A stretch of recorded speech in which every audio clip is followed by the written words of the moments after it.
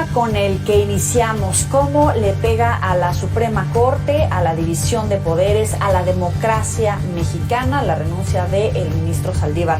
Luis Carlos Ugalde, director general de Integralia Consultores, bienvenido. Muchas gracias, buenas noches. Buenas noches. ¿Qué nos dice la renuncia de Saldívar en términos de legalidad?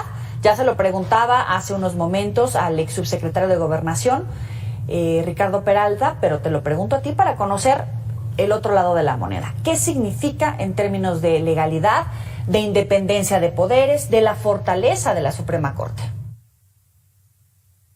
Me parece una historia trágica, perniciosa, criticable, de un personaje que fue presidente de la Corte, que durante su estancia fue un ministro complaciente, que pospuso muchos asuntos para no enfrentar al gobierno, y que en lugar de terminar su periodo con dignidad, de terminar su periodo de 15 años, de retirarse, como uno espera hagan los ministros de la Corte, que debiese ser un cargo terminal, lo que hace es renunciar y tomarse una foto con una candidata a la presidencia y seguramente se irá a trabajar como su asesor político.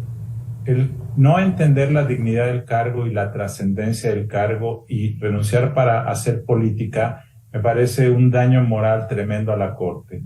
Los ministros de la Corte necesitan mantener la independencia, pero cuando tú usas a la Corte para hacer política, que eso es lo que hizo Saldívar, aprovechar su cargo de presidente para quedar bien con el gobierno y así saltar a otra administración, me parece que es patético, criticable y es un daño muy fuerte a la Corte. Eso es lo que pienso de esta renuncia, que por cierto dice que la renuncia al cargo de ministro de la Corte debe ser por causa grave. Yo no sé cuál es la gravedad de esto. Quizás Sheinbaum necesite su asesoría urgente, para eso no necesitaba renunciar.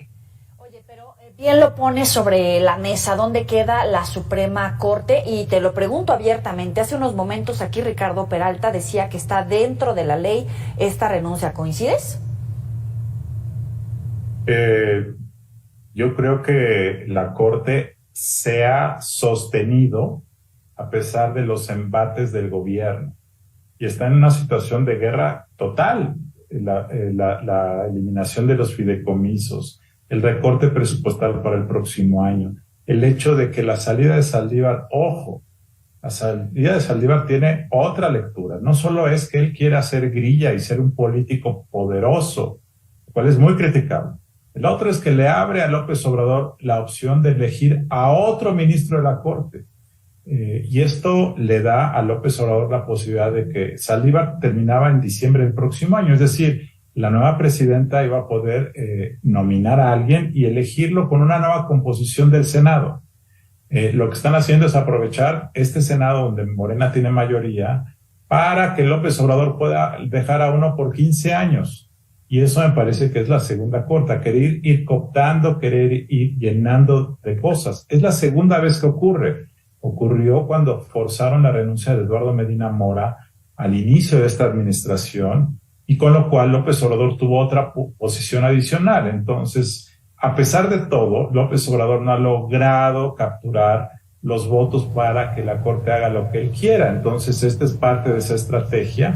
Y Saldívar, que fue presidente de la Corte, está haciendo un pésimo servicio al país. Precisamente en ese orden de ideas, algunos advierten sobre el riesgo de llegar al poder a través de las instituciones y una vez en las instituciones desmontar el aparato, el Estado, por supuesto los contrapesos, el Poder Judicial, el Legislativo y de manera independiente al Poder Ejecutivo. Decías hace un momento que está tratando de fragmentar este poder en la Corte y en todo caso te lo pregunto, lo que va a buscar López Obrador es otro incondicional, sobre todo por los temas que están en la agenda, el Plan C, la reforma al Poder Judicial, por supuesto el traslado de la Guardia Nacional a las Fuerzas Armadas. No es menor esta agenda que traen. ¿Buscan otro incondicional? Sin duda es parte de esto. Sin embargo, para que pueda el presidente tener a un ministro a modo, el Senado tiene que aprobarle y en estos momentos yo veo difícil que puedan reunir las 2/3 partes del Senado que se requiere para nombrar un ministro. Entonces, López Obrador no va a tener fácil de poner a quien quiera. y a lo mejor la silla de Saldívar se queda vacía porque no veo al Senado en este momento, en momento preelectoral, que pueda decirle sí a López Obrador. Pero en ese caso, ¿qué seguiría? Porque hemos visto que los órganos pueden pasar meses y quedarse incompletos, llámese tribunal, llámese INAI, en este caso es la Suprema Corte. Yo lo que veo es que López Obrador va a aprovechar esto para su propaganda en contra de la Corte. Entonces, López Obrador probablemente, y esto se me ocurre en este momento, como tú me lo preguntas, va a nombrar a un radical. Listo. A un radical, digamos, anticorte. Un radical que proponga que la Corte se le deben quitar los privilegios, que debe emitir sentencias oyendo al pueblo, y entonces, obviamente, el Senado lo va a rechazar. Y López Obrador va a aprovechar eso para atacar al Senado, para atacar a la Corte. Va a mandar unos segundos en donde probablemente también sea inaceptable. Y entonces, la tercera, según las reglas, el presidente puede nombrar a quien quiera.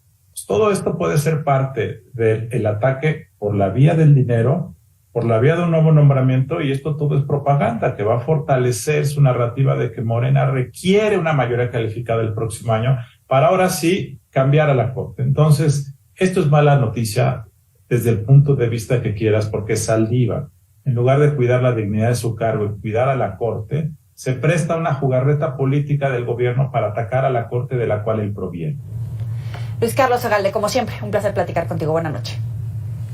Gracias, buenas noches. Vamos a hacer una muy breve pausa, volvemos.